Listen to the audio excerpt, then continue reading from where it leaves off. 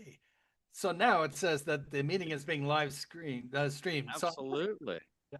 Absolutely. All right. Well, fantastic. So good morning to you. Good morning. I am certainly armed and thirsty I'm this morning. so thirsty. I'm thirsty for technology to work. Yes? How about that? Absolutely. So listen, Lloyd, today we were going to talk about some stuff, having to do with the current market. Yeah. And Mhm. I had the most interesting call yesterday from another broker, a guy that I respect. And I have to say that in real estate, there can be two rights, you know, that seem completely opposed to each other. And they both can be right. In this case, I don't think so. But so here's what I got. The question was, I read this article published by AAR a couple of years ago that said that it would be okay for one, an agent from one brokerage to do an open house for like a listing agent at another brokerage.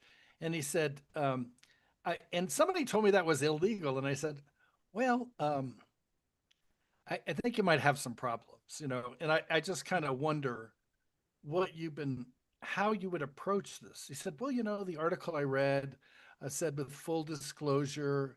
I said, well, apart from anything else, the first thing that comes to my brain is why would any seller ever agree to that, or any listing agent, to have an agent that has no fiduciary duty to them do an open house with their house? Because I'm thinking a buyer comes in, if they're my buyer, I'm going to say, ridiculous. This price is, it's way above what it should be. And look at all the problems. And let's write an offer, but I don't know. Could be anything. Maybe we'd say it's great, but no fiduciary duty to that seller. Right. And fiduciary, of course, is our North Star in this business. It's what separates us from a lot of other professions, is that we have an actual legal obligation to the people that we represent. So I think first and foremost, uh, should I ever say it will never happen? Should I say it's a hard no? It would be a very strong no. I don't think it's appropriate for another brokerage to sit any of our listings, if you will, at 1912 open, because they don't represent the seller. They don't know the most about the property. It But does. but I but I have thought about something here, Mhm. because we've had this conversation before a little bit. Um, there there can be an arrangement between two brokerages which allows for a co-listing, you Mhm. know, and in that case, then you are representing the seller. And if a buyer comes in, then it's the same conversation as if it were your own listing. But that's not what we're talking about here. And what I pointed out to my friend is that this article was written 2 years ago before it's a Burnett lawsuit that requires that we have a different standard of practice in the industry. Yeah, and then if you're an agent that doesn't represent the seller, Yeah. you're sitting in a home at a quote unquote open house, appearing as though you represent that property, at least on first impression. You've as a consumer, you'd feel like that was the case, but in reality, a practitioner prior to showing a home, a listing of someone else's, has to have a written agreement for compensation, has to be an understanding, be able to provide, to be able to even show it Yeah, to so that I'm imagining this. individual. Okay, you're the agent. You're sitting Are at we backing ourselves into a violation as they enter the door? Is the yeah. question. So I'm the client. I'm coming up, or the prospect, really, because I'm not your client. I don't know you from Adam. And I come Right. up, and you're sitting there blocking the doorway, saying, "Before you enter, you must sign these documents." I'm going, "Who are you? I don't know you." Right. Yeah. And buyers, to a large degree right now, are trying to avoid that to begin with. A lot of times buyers are being, of course, I'm not going to say pressured, but they're being, asked to sign an agreement prior to going out and looking at property with an agent, some kind of compensation agreement. and they're apprehensive, especially if they're new to an area and haven't really found somebody that they're willing to make a commitment to, a long-term commitment, at a level of compensation that they're maybe comfortable with. And the easiest way for a lot of these people as a consumer to go out and look at areas and different properties right now is through open houses without having to make that agreement. Right, And they're because really out there vetting areas, vetting construction, and really vetting real estate professionals. right, but of course, the professionals they're talking to are representing the seller. So that's a little bit of an impediment, and I'm not sure that Mhm. the average buyer is really clear about that, their level of representation if they walk in the door to an open house. I don't know.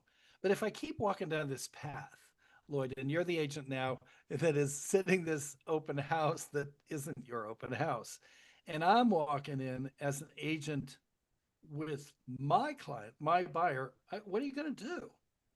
Spend your time, your good money, and energy, and open the door for me when you know there's no representation? Or, Well, actually, yeah. I don't have a problem with that. mm, Um, I don't have a problem with it either way. And so let me dive into that in both instances, if you will. Let's just say for a moment that you come through the door and you've got your client, your agent with you, your representation. Do I find it to be of value to spend my time with you? 100% yes. Why? Well, I represent the seller, and what is my obligation to the seller? oh no, this is if you You know, don't represent the seller. oh, I don't. Okay, because I'm from a different brokerage. You're from a different Yeah, brokerage. then hell no, I'm not spending any time with you. And here's the other problem. Now I'm interference and noise for everybody, and I'm an impediment to everyone's Yeah, and ability to transact. what's the usual thing when a buyer walks through the door and they're wary, when the agent who's with that brokerage who represents the seller, they'll say, "Hey, are you working with anyone?" That's what people often say. I mean, you seem like a great guy, but nobody got time for that. Yeah, yeah, but so the buyer's going to say, "Yeah, yeah, I'm working with somebody." Right. So But if I you're get that, a lot of times, and this does happen, eh, and it puts you in a sometimes in an awkward position. Can, even if it's your own listing or your own brokerage's listing. Let's just say you're not the listing agent on the sign, and somebody comes into the open house and they're currently under a buyer agreement with somebody else, not even in your brokerage. Are you going to spend time communicating with that couple? Yeah, I hope so. I hope you're doing it to the highest level you can in representing the seller and doing your best to represent that property in the seller's best interest. Period. Of Yeah. course, that's clear, Right. absolutely. But the dilemma of you representing your other brokerage, not representing the seller and holding the open house, and now somebody walks in and say, "Oh yeah, yeah, I've got representation with Suzy Q over here." Well, it's wrought with problems. Oh, well, number one, you could be breaking the terms of the Sitzer Burnett lawsuit that requires that no one can see an open house unless Hmm. they have a signing with the buyer or unless you are fully representing the seller. Right. So there's a conflict, and what are you going to do? Say no unless you produce the proof. Show me your buyer broker agreement. No, I'm Yeah, not showing anybody my agreements. yeah. Anyway, I thought it was kind of fascinating. It is. The other thing that comes into my mind is I'm a big proponent of AAR. I Most of what they do, I am much in favor of, and thank God for all the forms they have created and the method that they do that. We have a standard of care in the industry that is non-parallel. It's Hmm. quite remarkable, but that doesn't mean that everything that you find on the legal hotline is correct. Oh yeah, that's an absolute. Because and in defense of the legal hotline, Yes.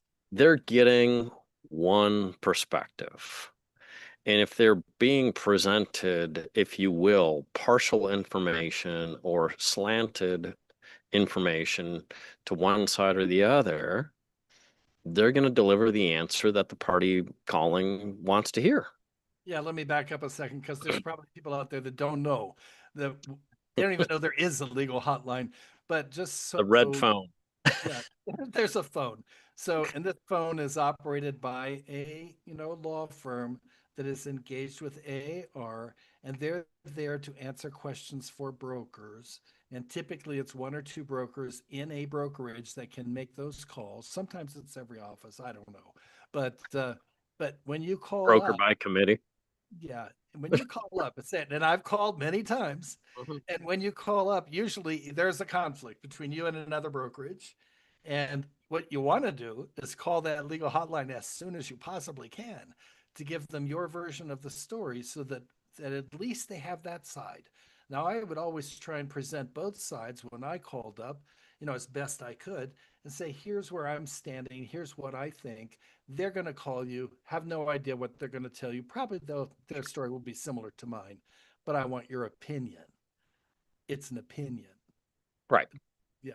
It's not a hard and fast. Mm. And like you said, it's a broker hotline and they're providing their opinion based upon what's been provided to them. And a lot of times they're not provided all the information. Right. And as you and I both know, the real estate industry is constantly changing. Hmm. And so an opinion that I made 5 years ago, it ain't the same opinion I'm going to have today. And the same is true of the legal hotline. Yeah. Yep. No, there's no doubt about that. But it is an invaluable resource. There are some things that are pretty cut and dry. Even, unfortunately, there's a lot of people that don't know the contract to the degree that they should. Sadly, yeah, I know. Even people who have been in it, and you've experienced this too. I've been doing this for 30 years. You've been doing it wrong for 30 years? Yeah. Wow. Yeah. I And say, some of the most basic terms in there so escape glad. some Yeah. people. So glad you got away with it all this time. Larceny. You've been committing larceny for 30 years? Wow. Yeah. Doesn't mean you've been doing it right. Good grief. Yeah, never confuse time in the business, production, income level for professional and knowledgeable. It's not the same thing. You're either professional and knowledgeable or you're not, regardless of how many transactions or how many years or how many dollars you've been doing this. And I just love that stance. Do you know who I am? Yeah, pretty sure I do. Got Well, your name off of the Department of Real Estate site. I understand you're the designated broker, your sixth company, and okay, whatever. I have certainly had those conversations with many, many people. Well, it's And because our business is devoid of ego. There's no ego in real estate, John. Look at your face. There's no ego in this business. I mean, come on, okay. stop. Uh, Anybody with an Instagram account knows there's ego in real estate. Just look at some of the posts. Come on now. yeah, well, I certainly have my own ego. I'm not gonna say I don't. And there are people that say I should get off my high horse all the time, but sometimes I am right.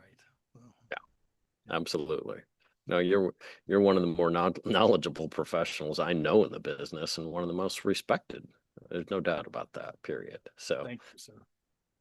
and you've been working diligently on a class recently.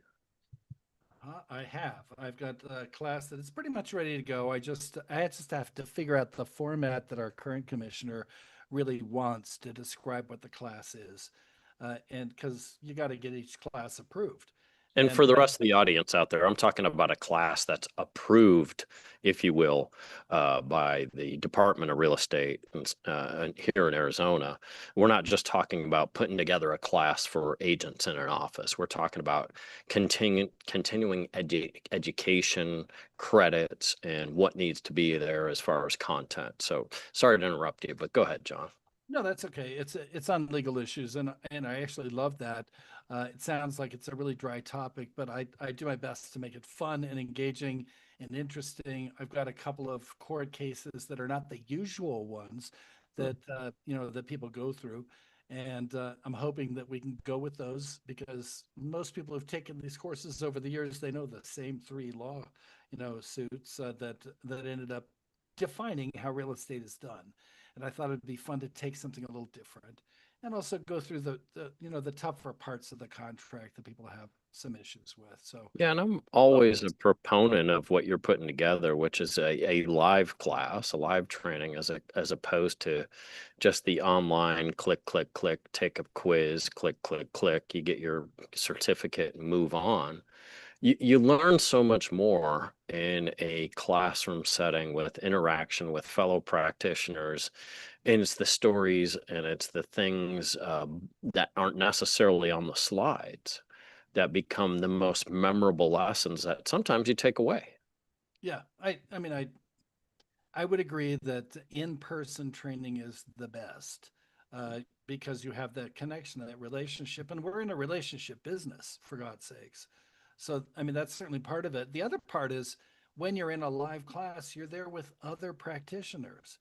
And so you build that network of respect and, and friendship, which is really essential, an essential part of our business. If you've done a fair number of these submissions, right? And classes. Yeah, probably, I don't know, 15 or 20 of them in the past. I took a bit of a break from teaching for various Mm. reasons. I'm excited to get back into it again. So I'm also going to be writing a class on commissioner standards for this next year so that people who need that or need their, their NAR ethics piece done because that's it's always confusing. Sometimes it's 2 years, sometimes it's 4 years. Now we're in a 3-year cycle, I think. Mhm. Yeah, and that the code of ethics is always changing depending upon the rules and everything that comes down, lawsuits, etc. So anyway, but our market continues to kind of grind along here. We're at about we've been in this current market flow, transactional volume compression of about 3.5 years now.